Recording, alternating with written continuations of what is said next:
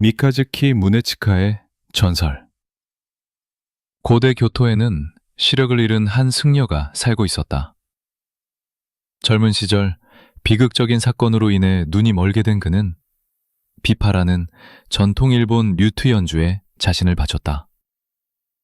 마치 잃어버린 시력에 대한 보상으로 특별한 재능을 얻은 것처럼 그의 음악은 사람들의 마음 깊은 곳까지 파고들어 청중들을 울리고 경외감에 사로잡히게 만들었다. 재능 있는 음악가에 대한 명성은 전국으로 퍼져나갔다. 유명한 사찰과 귀족 가문들이 앞다투어 그를 자신들의 의식에 초청했다. 승려는 길잡이 역할을 하는 어린 제자와 함께 이 도시에서 저 도시로 여행했다. 어느 날 특히 감동적인 공연 후 한 귀족이 승려를 불러 비단청에 쌓인 꾸러미를 건넸다. 존경하는 스승님, 귀족이 말했다. 스승님께서는 낯선 땅을 여행하시는데 길에는 부족들이 많습니다. 보호가 필요하십니다. 촉감으로 산물을 풀어본 승려는 그것이 긴 칼이라는 것을 깨달았다. 그는 당황하며 정중히 거절하려 했다. 염려해 주셔서 감사하지만 불교 승려인 제가 어떻게 무기를 지닐 수 있겠습니까? 이것은 제 서원에 어긋납니다. 하지만 귀족은 고집했다. 이것은 평범한 칼날이 아니라 신성한 힘으로 가득 찬 전설적인 검입니다. 스승님께서 결코 칼집에서 빼지 않으시더라도 그 존재만으로 스승님을 지켜줄 것입니다. 저는 앞으로도 스승님의 음악을 즐기고 싶기에 부디 이 선물을 받아주십시오. 오랜 설득 끝에 승려는 굴복하여 검을 받아들이고 허리에 찼다. 은인에게 감사를 표한 후 그는 제자와 함께 길을 떠났다. 그들의 다음 목적지는 교토에서 멀리 떨어진 지방 귀족의 저택이었다. 그곳에 도착하려면 마을도 여관도 없는 울창한 숲을 가로질러야 했다. 눈먼 스승을 인도하던 어린 제자가 길을 잃었다.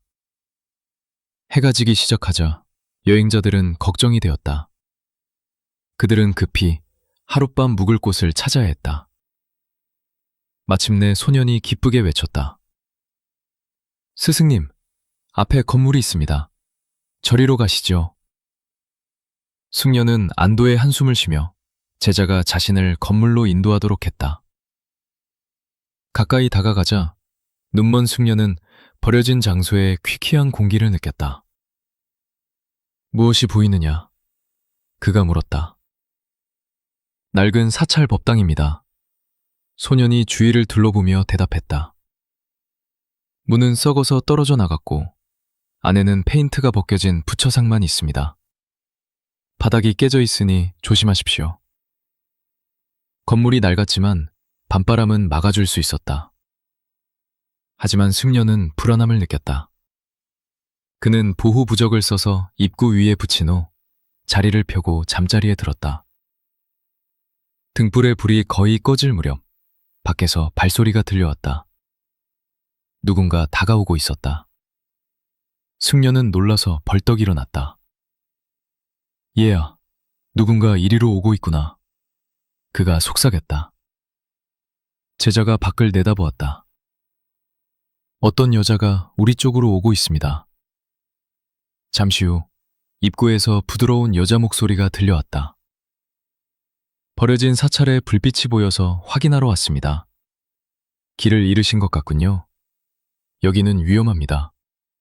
야생 짐승들이 자주 나타나거든요.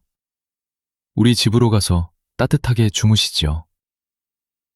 소녀는 기뻐하며 짐을 꾸리기 시작했지만 승려는 경계했다. 그는 이상한 냄새를 맡았다. 여자가 마을에 산다고 했지만 농부에게서 나야 할 흙냄새가 나지 않았다. 감사하지만 저희는 이런 환경에 익숙합니다. 승려가 제자를 붙잡으며 정중히 거절했다. 폐를 끼치고 싶지 않습니다. 하지만 여자는 계속 고집했다. 승려는 중요한 세부 사항을 알아차렸다. 여자는 여전히 사찰 안으로 들어오지 않고 밖에 머물러 있었다. 그렇다면 적어도 제 아이를 축복해 주십시오. 그녀가 부탁했다. 이렇게 만난 것도 인연입니다. 기꺼이 그러겠습니다. 승려가 대답했다. 하지만 저는 눈이 보이지 않습니다. 안으로 들어와 주시겠습니까? 여자가 갑자기 어조를 바꿨다. 남자들만 있는 곳에 혼자 있는 여자가 어떻게 들어갈 수 있겠습니까? 예의에 어긋납니다. 스님께서 나오십시오. 승려는 완강히 거절했다. 그러자 참을성 없는 제자가 말했다. 그럼 아이를 제게 건네주십시오. 그리고 출구로 향했다. 멈춰라! 나가지 마라! 승려가 소리쳤지만 이미 늦었다. 소년이 문턱을 넘자마자 여자의 존재가 순식간에 사라졌다. 스승님, 여자가... 제자가 말을 시작했지만 승려가 가로막았다. 아이를 밖에 두고 당장 돌아와.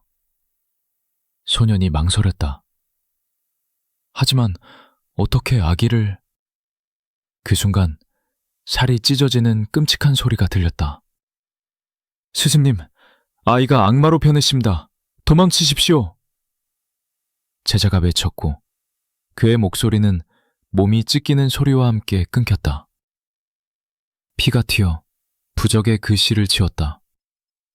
보호막이 사라지자 괴물이 비명을 지르며 사찰로 돌진해 승려를 향해 달려들었다. 죽음의 순간 승려의 허리춤에 찬 검이 눈부신 빛을 발하며 저절로 칼집에서 튀어나왔다. 칼날은 번개처럼 악마를 두 동강 내고 눈먼 승려의 손으로 돌아왔다. 밖에서 천둥 같은 소리와 수많은 발소리가 들렸다. 다른 악마들이 다가오고 있었다. 승려는 사찰에서 뛰쳐나왔고 검은 스스로 공격을 막아내며 적들을 하나씩 베어넘겼다. 그렇게 그는 함정에서 벗어날 수 있었다. 지팡이에 의지하고 마법의 검을 쥔 채 승려는 손으로 더듬으며 산을 내려갔다. 그는 한 가지 생각만 했다. 마을을 찾아 제자의 시신을 수습하러 돌아가야 한다고. 갑자기 숲에서 남자 목소리가 들렸다. 스님, 무슨 일이십니까? 사람을 만난 승려는 일어난 일을 이야기했다. 남자가 무겁게 한숨을 쉬었다. 이 숲에서는 악마들이 자주 인간의 모습을 하고 여행자들을 유혹합니다. 그 사찰은 진짜 악마의 소굴입니다. 저를 따라오십시오. 여기는 위험합니다. 승려는 그를 따라갔다. 곧 연기 냄새를 맡고 많은 사람들의 목소리를 들었다. 그들은 마을에 도착했다. 남자는 그를 촌장의 집으로 데려갔고 촌장은 손님을 따뜻하게 맞이하며 깨끗한 옷을 주고 음식을 대접했다. 승려는 눈물을 흘리며 부탁했다. 제 제자의 시신이 아직 사찰에 있습니다. 부디 내일 그를 장례 지낼 수 있도록 도와주십시오. 촌장은 기꺼이 동의했다. 나중에 그가 돌아와 물었다. 마법의 검이 신임을 구했다고 들었습니다. 놀랍군요. 그런 보물을 볼 수 있을까요? 승려는 칼집의 끈을 풀기 시작했지만 갑자기 의심이 들었다. 어젯밤 이 지역에는 인간 거주지의 흔적이 전혀 없었는데 숲 깊은 곳에 어떻게 마을 전체가 있을 수 있단 말인가? 그리고 수많은 어른들의 목소리에도 불구하고 왜 한 번도 아이들의 웃음소리를 듣지 못했을까? 죄송하지만 검을 보여드릴 수 없습니다. 승려가 손을 거두며 말했다. 침묵이 흘렀다. 그러자 촌장이 차갑게 말했다. 상관없습니다. 우리가 그냥 힘으로 빼앗으면 되니까요. 사방에서 인간이 아닌 비명이 터져나왔고 존재들이 승려에게 달려들었다. 목소리들 사이에서 그는 사찰의 여자를 알아봤다. 그들은 모두 악마였다. 승려가 손잡이를 꽉 쥐자 검이 다시 튀어나와 무자비하게 공격자들을 베었다.